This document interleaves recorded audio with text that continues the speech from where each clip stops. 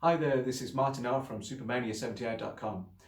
I just wanted to thank everybody for their support this year with my YouTube channel. It's been a phenomenal success. It's been very gratifying for me. I hope to go forward. It's just already we've managed to interview a Superman cast member from Superman 4, managed to examine some original screen-used costumes, which was an incredible opportunity. And in the future, I'd like to share with you some of the collectibles that I've managed to accumulate over a 30-year period, and maybe talk about what due diligence can really accomplish when it comes to researching for that ideal vintage collectible. Already this year I've had some success with that. I can't wait to share it with you. But yes, 2020, of course, next year, 2020, in October, possibly the most significant event for Superman fans, Superman movie fans ever. The Royal Albert Hall is hosting Superman in concert. Wow, what an opportunity that is. My understanding is that fans from all over the world are going to congregate to this. Cast members included, maybe, possibly, crew members. The film will be screened and accompanied by a live orchestra. What an evening that is going to be potentially. Cannot wait for that. But in the meantime, I just wanted to share with you something that recently been discovered by my friend Andrew Hanton, who incidentally photographed this. This was the first foray that we had long before I came up with the idea of doing a YouTube channel. Andy and I went down to London's Waterloo IMAX because Propstore were exhibiting some of their items for auction that year. There was a Superman costume, original Superman costume there, as well as some smaller props. And it's funny because what happened on the day was, I mean, we nearly got kicked out of the place, first of all, because we got so caught up and excited. We'd managed to leave all of our baggage behind, and security didn't see that, didn't take well to that. And secondly, whilst I was talking into camera for the first time, again, apologies for the quality of this video because it was a Facebook Live video. It's not as good as it should be. But as I was going around and I was talking through the artifacts, a small crowd had gathered and kind of mistook me for a tour guide. And it was at that point that I just thought to myself, well, maybe there is some mileage in this after all. And maybe I should go forward with it and see what happens. And this is where we are now. So again, thank you for being along for the ride. I hope it continues. I wish all of you a super Christmas, a happy new year. I'll see you in 2020. It's going to be amazing. Go forward. You join us in London's Waterloo BFI IMAX, and currently there is a display of original screen-used props that are going up for auction by Propstore at the end of this month. And there's one or two items here that I think are a bit of interest to you guys, starting with this gentleman behind me. So I'm here with Andrew Hanton, and we are both here and we are worshipping at the altar of this complete screen-used costume from Superman's 1 and 2. Now this has been documented many times on my website, Supermania78.com. From the very first time it appeared at London's Museum. This is some years ago now. And it's evolved a few times since then. It's been on a few public displays since then also. And now they've taken the decision where they're actually going to part with it. Apparently this is Steven Lane's favourite piece. Steven Lane is the CEO of Propstore. And along with all these other absolute one-of-a-kind treasures, he's decided to let this go too.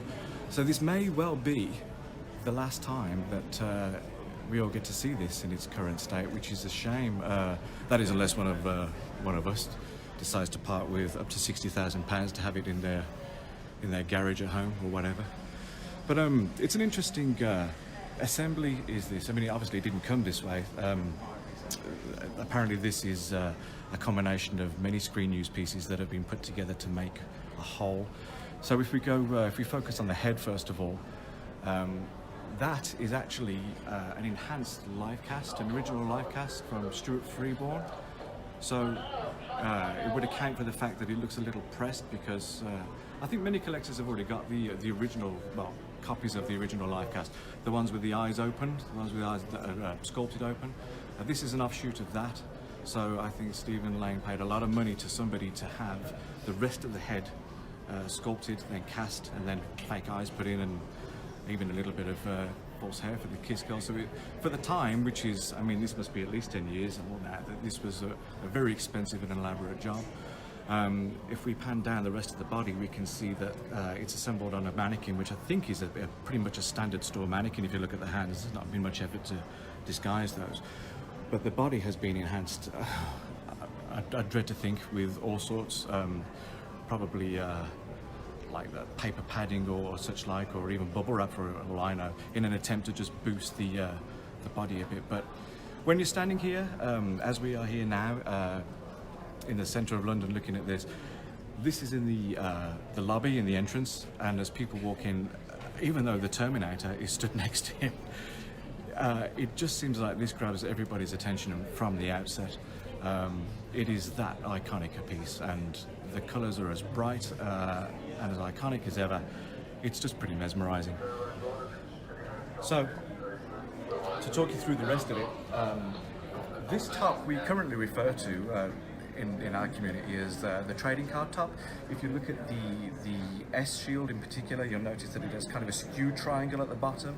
That indicates that whenever you see the publicity pictures of Chris Such, this is the costume that he's wearing, where he's still quite thin.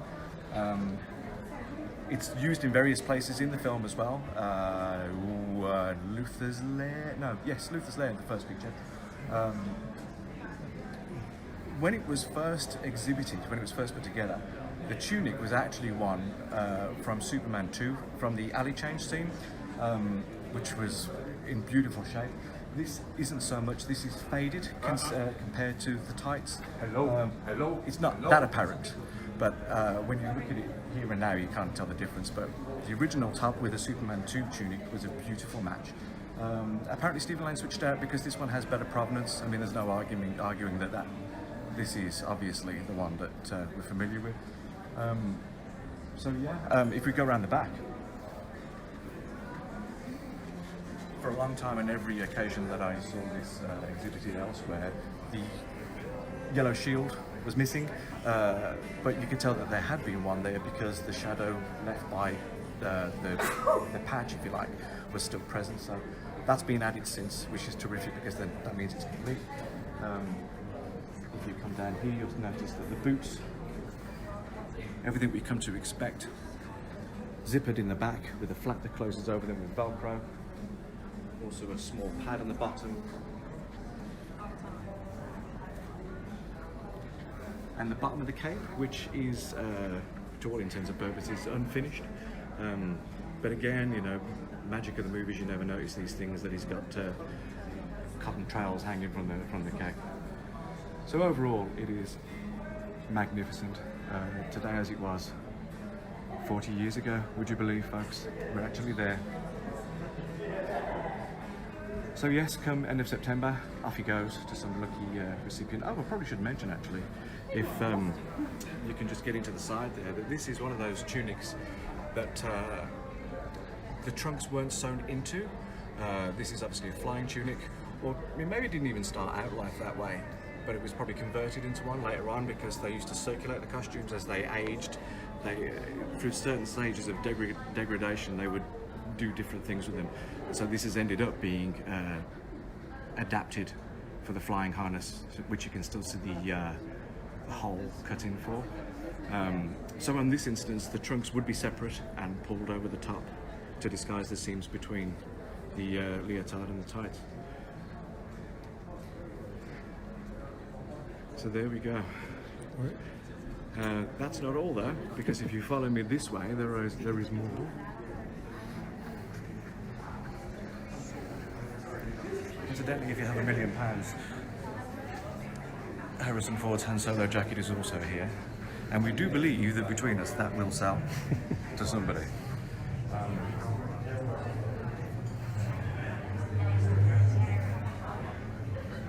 But in this cabinet, if you look here,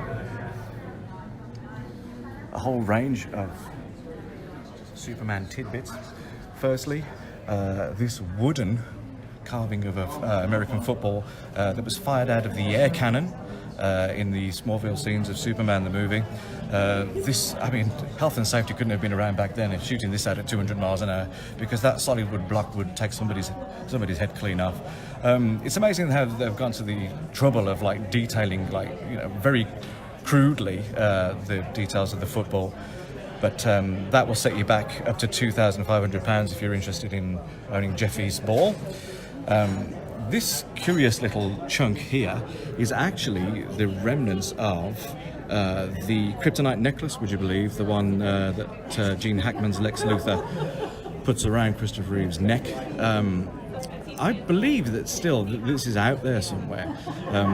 The chain and the Kryptonite chunk. So whoever owns that, they're missing a piece, and it's going to cost them up to £1,200 to get it back. So good luck to them. It's a curious piece that I'm not 100% taken with that, but anyhow, what I am taken with resides directly behind it, and that is the crystal from Superman 2. Now, there is a distinct difference between what you're seeing here and what you saw in the first film. The one that Jeff East held was special effects rigged. Therefore, he had cables running up his sleeve into the resin crystal itself to light up. This was never designed to light, because in the scenes in Superman 2, you notice that it never does. So, to all intents and purposes, this is the crystal that Christopher Reeve holds up and says the line, "I found this crystal." I always thought in those scenes at the end of that, when Lois picks up a handbag and it's under there, that she tried to pinch that. I was probably wrong, but anyhow, it always resonates with me. This is a beautiful piece. Never seen this before, never been offered, never been... I don't think it's ever been shown in public or what have you. So this is a real find. This is a real discovery. And because of that, it's valued at up to 7,000 of your British pounds. That's magnificent. It's much smaller than you would think. It's probably about 8.5 inches long, something like that, and it's made from tinted resin. And it's not perfectly symmetrical, actually. When you look at it, I know that it's cut in a certain fashion to make you think that it's cut crystal anyway, but it's definitely non-linear. Fascinating item. I mean, you're mesmerised by the thing. Behind that, and I don't know whether you can make out so much, but there is the most enormous clear crystal that I'm noticing now. It has a screw thread through it at the bottom, which is good, because that would mean then that it was screwed into the console of the Fortress of Solitude. I hadn't noticed that until just now, so that's really good, because it just looked entirely random until I've noticed that. So yes, I mean, there are many kind of crystals out there that pertain to be from the first film, but they all look genuinely like crystals. So yes, the large crystal, I mean, you see them on eBay all the time. They come up, but they look like genuine crystals, which I don't think were used on set. I think that these were all, just like we see here, they're all specifically cut resin pieces. So I struggle with every time I see like something pertaining to be from the Fortress that's a real crystal. It just doesn't seem right. Yes, so that's valued at £5,000, and that is a very interesting find. Also, behind that, if we look closely, you have 10x8 signed by the man himself. Fabulous example, and if there's anybody named Steve out there, this one's for you. This is valued at up to £500, which is marvellous news, because I've got one of these. Not Steve, obviously. You've got one of these, Andrew? I have one of these as well. How many have you got? Only the one. Just the one? Well, that's all you need, isn't it? Yeah. Good example of the signature. Slight smudge at the bottom of the P, it looks like, in the familiar blue marker. Chris must have carried the blue marker around with him everywhere he went, along with these 10x8s, because they're probably the most common still of the lot. So, there you go. I hope that's been an insight for you. I hope you've enjoyed what you've seen. If you have any questions, myself and Andrew will be happy to answer them. But honestly, I wish I could bring all of you here to see this, because with these exhibits as they are, and the magnificent example of the costume we have in the corridor, it's as good as it ever gets.